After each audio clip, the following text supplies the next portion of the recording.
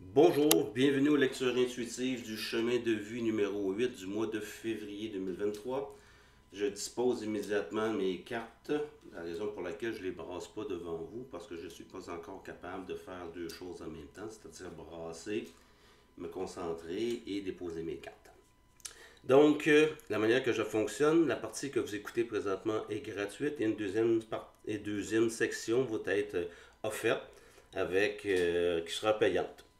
Euh, Vous pouvez avoir accès à tous mes lectures intuitives à partir de mon Facebook sur Samuel Lecture Intuitive de Facebook ou à partir de mon YouTube sur Samuel Lecture Intuitive. Et Samuel, ça s'écrit S-H-A-M-U-E-L.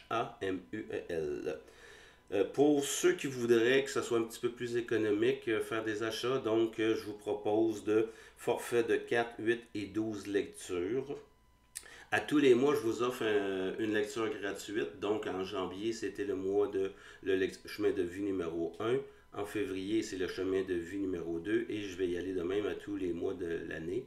De sorte qu'en septembre, ça sera le chemin de vie 9. Et en octobre, le chemin de vie 1 va redevenir gratuit. Donc, je vais immédiatement débuter ma lecture. Donc, la deuxième chose que je fais, c'est que j'ai tiré une carte qui donne un thème à au chemin de vue numéro 8 et on va parler de chagrin. Donc, on va aller voir en quoi il y a une notion de chagrin et je tire une autre carte pour voir un petit peu quel genre, puis on parle ici de quel genre d'énergie.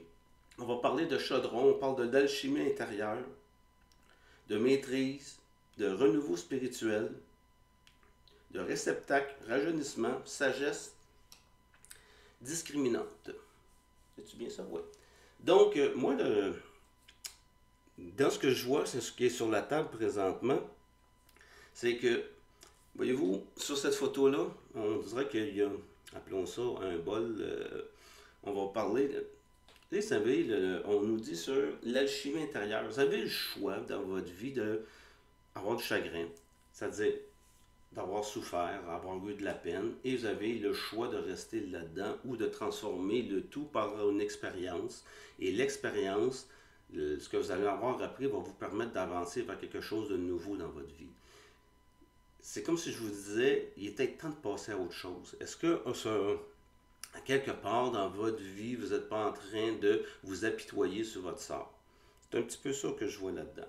Donc, ici, la première carte en haut, dans votre énergie, je vois que vous avez peut-être besoin d'une écoute, d'être entendu. On vous demande ou vous demandez d'avoir un certain support. Et on voit que c'est un adulte avec un enfant. Moi, je vous vois comme étant l'enfant qui va aller chercher conseil, support, appui de quelqu'un de confiance. Puis ça va être important parce que ce dans quoi vous êtes en train de vous sortir ou ce dans quoi vous baignez, les chemins de vie numéro 8, ça demande peut-être un certain accompagnement. Et je viens à cette carte ici, on voit c'est un calendrier avec une personne qui a une montre à la main. Je pense que il est temps de sortir de cette attitude de chagrin et de transformer, faire de l'alchimie, faire en sorte que on puisse passer à autre chose et continuer à grandir, d'arrêter de s'apitoyer sur son sort et avoir à quelque part peur de tout dans la vie. Pour ceux à qui ça parle, sachez que il est plus que temps de sortir. Vous êtes dans un début d'année, on est au mois de février, il est peut-être temps de...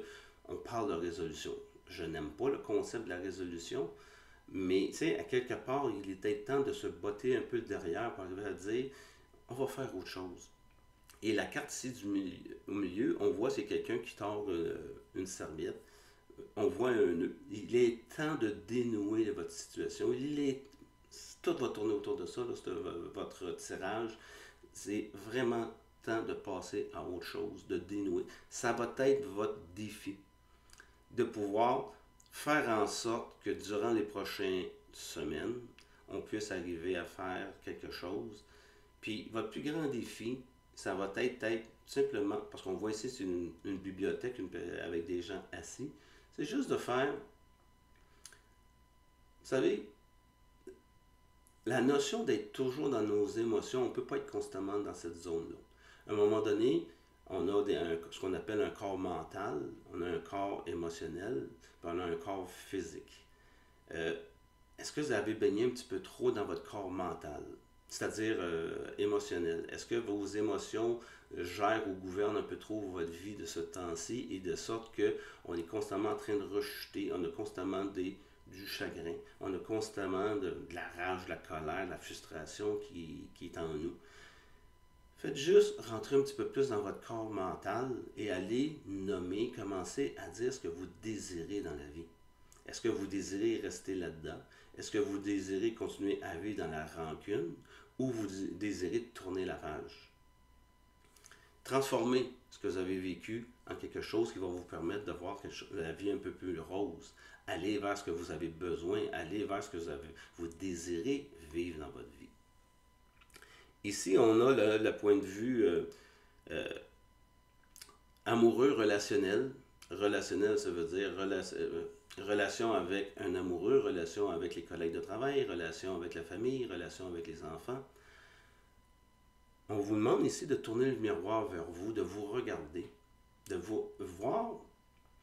Si vous êtes dans le chagrin, puis si vous accusez à peu près tout le monde autour de vous pour vos malheurs ou de ce que ça ne fonctionne pas, si vous êtes en train de dire à tout un chacun de comment se comporter pour que vous soyez heureux, vous êtes en train de nommer de façon conditionnelle les circonstances pour que vous soyez heureux. Bien, dans la vie, on vous demande d'aimer de façon inconditionnelle. De façon inconditionnelle, c'est je nomme pas de conditions.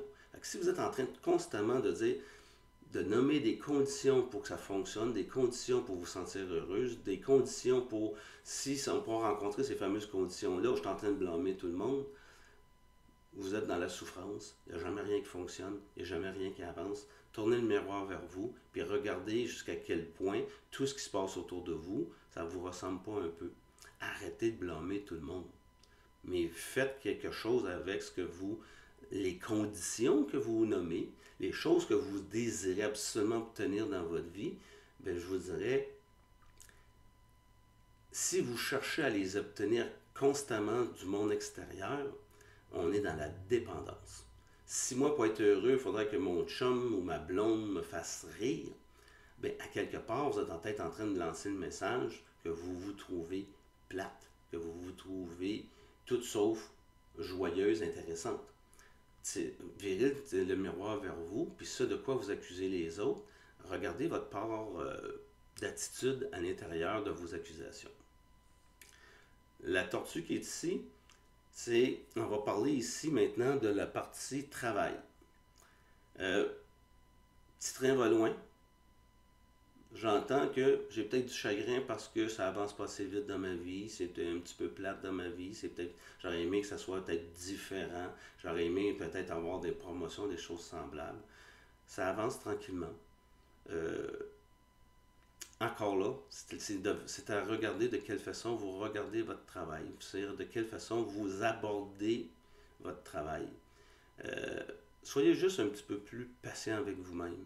Je vous dirais peut-être la même chose. Regardez ce que vous pouvez apporter, ce que votre travail vous apporte et ce que vous pouvez apporter à votre organisme.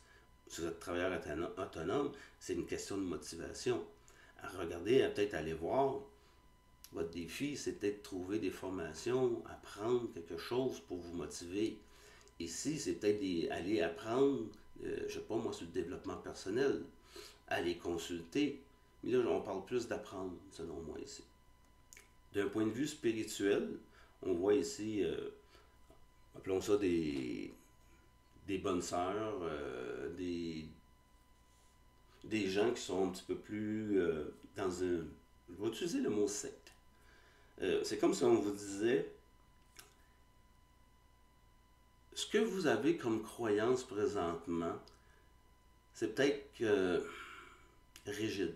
Mais vos croyances spirituelles, vos croyances par rapport à la vie, vos croyances par rapport à comment la vie peut fonctionner, comment la vie peut vous être redevable ou pas. Si je vous parle de la loi de l'abondance et des choses semblables, ben, j'ai l'impression que je ne comprends pas ou qu'elle m'a oublié. Est-ce que, par hasard, vous n'êtes pas dans un processus où c'est un petit peu trop rigide, où vous avez des croyances, où vous ne comprenez pas tout à fait comment la loi de l'attraction peut fonctionner, retournez souvent des écoles, dans le sens, retournez apprendre. Il y a peut-être quelque chose qui manque dans votre vie qui fait que on regarde, on accuse, mais on n'est pas capable de transformer ce qu'on veut dans la vie. Et ça part, selon moi, selon mes croyances à moi. Le monde spirituel, c'est ce qu'on porte, c'est nos croyances qu'on peut avoir à l'intérieur de nous. Et c'est ces fameuses pensées positives qui vont nous faire déplacer des montagnes. Allez visiter ce niveau-là. Qu'est-ce qui nous attend à la fin du mois? Ou qu'est-ce que vous allez vivre présentement durant le mois? De vous demander de sortir de cette zone-là va peut-être vous faire peur. Va peut-être vous faire en sorte que vous allez vivre de la panique. Parce qu'on est en train de reprogrammer vos pensées, on est en train de reprogrammer votre façon de regarder la vie. Si vous allez chercher des cours en relation d'aide, si vous allez chercher des cours sur le positivisme, sur la façon d'être un meilleur leader, des choses semblables, bien, vous allez peut-être vous rendre compte qu'il y a un gros chemin à faire, il y a du travail à faire avec vous. Puis là, c'est pas parce que je m'adresse à des gens, c'est pas parce qu'on est plus ou moins évolué ou connaissant. Moi, mes démarches que j'ai faites en relation d'aide et des choses semblables, on a tous quelque chose à apprendre. Sur le positivisme, sur la motivation, sur le leadership, ça va être déstabilisant, c'est ce que je vous dis. Donc, c'est ici que ça finit la première section de ma lecture. Je vais déposer les cartes qui vont alimenter la suite et les compléments de cette lecture-là. C'est intéressant ça ici, là. Une pelle. Et fait que moi, ce que je vais faire avec vous, je vais finir de déposer mes cartes. Comme je vous dis, pour ceux qui vont vouloir me suivre, vous achetez la suite. En ayant acheté la suite, bien, vous allez voir ce qu'il y en est. N'oubliez pas, comme je vous ai dit, il y a des forfaits de 4, 8, 12 lectures qui vont faire que les lectures vont être plus abordables, plus économiques. Fait que, à tous ceux qui vont acheter la partie 2, je vous ai immédiatement. Pour les autres, ben à ce moment-là, on se retrouve soit dans un mois. Le 25 de chaque mois, je vais sortir les lectures intuitives de ce mois-là. Merci et à la prochaine.